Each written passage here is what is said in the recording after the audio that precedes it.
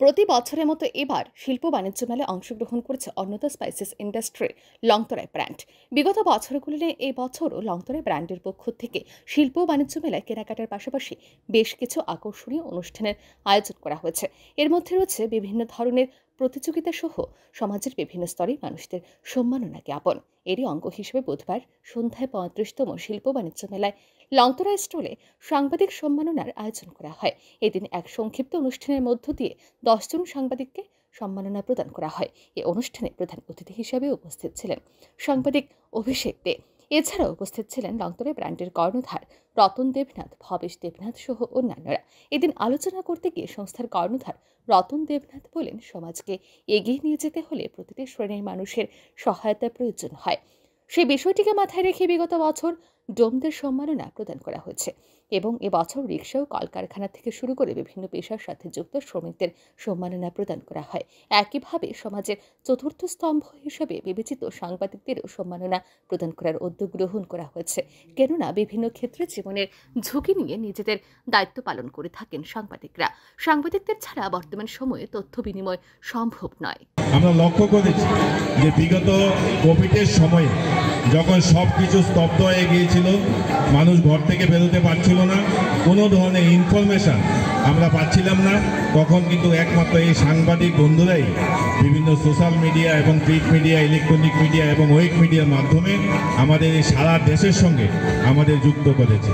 শুধু এই কোভিডেই নয়, যখন বিশেষ বিশেষ কোনো ক্রাইসিস সৃষ্টি হয়, এবার সেটা স্বাস্থ্যক্ষেত্রে হোক, এটা বিভিন্ন বাণিজ্যিক ক্ষেত্রে হোক, ইকোনমিক্সে হোক, তখন কিন্তু আমরা লক্ষ্য করি যে এই সাংবাদিক বন্ধুরাই বিভিন্ন জীবনের ঝুঁকি নিয়ে তারা এই সাংবাদিকতার দায়িত্ব পালন করে। আমরা বলে থাকি যে গণতন্ত্রের চতুর্থ স্তম্ভ, এটা ছাড়া আমাদের আজকের দিনে যে ইনফরমেশান সেটা কিন্তু বিনিময় কোনোভাবেই সম্ভব না, এবং সেটা সম্ভব হয় শুধু এই সাংবাদিক ভাইদের সেই বিশেষ পরিশ্রমের, অক্লান্ত পরিশ্রমের মাধ্যমে সেটা কিন্তু সম্ভব হয়। সেটা সারা দিন রাত্র ২৪ ঘন্টা তাদের পরিশ্রমের মধ্যে আমরা সকালবেলা যে ছোট্ট একটা সংবাদ বা বিশেষ সংবাদগুলি আমরা বিভিন্ন পত্রিকার মধ্যে বা ইলেকট্রনিক মিডিয়ার মধ্যে পাই, সেটা কিন্তু সেই ৫ মিনিটের সংবাদ নয়, সেটা সারাদিনের তাদের পরিশ্রমের ফল। এবং আমরা বিগত কিছু বছর ধরে আমরা দেখছি যে কিছু সংখ্যক, যেমন শান্তনু হত্যা, এই ধরনের সংবাদ সংগ্রহ করতে কিন্তু তাদের লাইফ রিস্কও হয়, তারপরেও কিন্তু সেই পরিষেবা আমরা পেয়ে থাকি প্রত্যেক দিন।